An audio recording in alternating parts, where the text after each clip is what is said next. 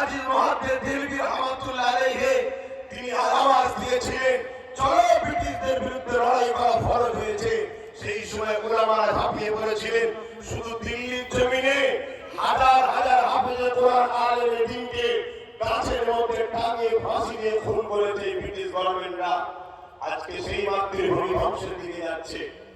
আমরা দেখছি কেন্দ্রে বিজেপি সরকার আসার পর থেকে একটার পর একটা দেশের নাগরিকের মধ্যে বিভাজন তৈরি করা, সর্বসময় একটা ফিতনা লাগানো, দেশের মধ্যে একটা হইচই তৈরি করা, দেশের ভ্রাতৃত্বকে নষ্ট করা, দেশের সম্প্রীতিকে নষ্ট করা, এইরকম একটা ষড়যন্ত্র তারা করেই চলেছে।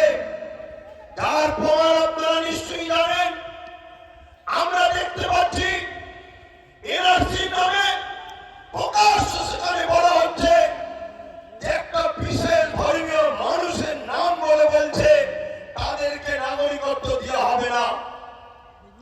যদি কেউ বিদেশ থেকে ভারতে এসে নাগরিক পায়, যেমন অন্য ধর্ম তার বিশ্বাস, সে যেমন নাগরিকত্ব পাবে, ঠিক তেমনি সবাইকে নাগরিকত্ব দেওয়া দরকার। এটাই হবে দেশের গণতন্ত্র। ঠিক তেমনি আমরা দেখলাম কৃষক বন্ধুদের বিরুদ্ধে হঠাৎ করে একটা কালা কানুন তৈরি করলো, যে কানুনে ওই আদানি আম্বানি শিল্পপতিরা আরবপতি থেকে আরো বড়পতি হবে, আর কৃষক ভাইরা তারা আস্তে আস্তে নিজেকে নিজের সম্পদের নিজের ঠিকমতো মূল্য না পাওয়ার জন্য চাষের সম্পদে তারা আত্মহত্যা করতে বাধ্য হবে। ঠিক তেমনি 2024 সালের শেষে, এটা 25 চলছে, হঠাৎ করে একটা ষড়যন্ত্রের বীজ রোপণ করলো কেন্দ্র সরকার।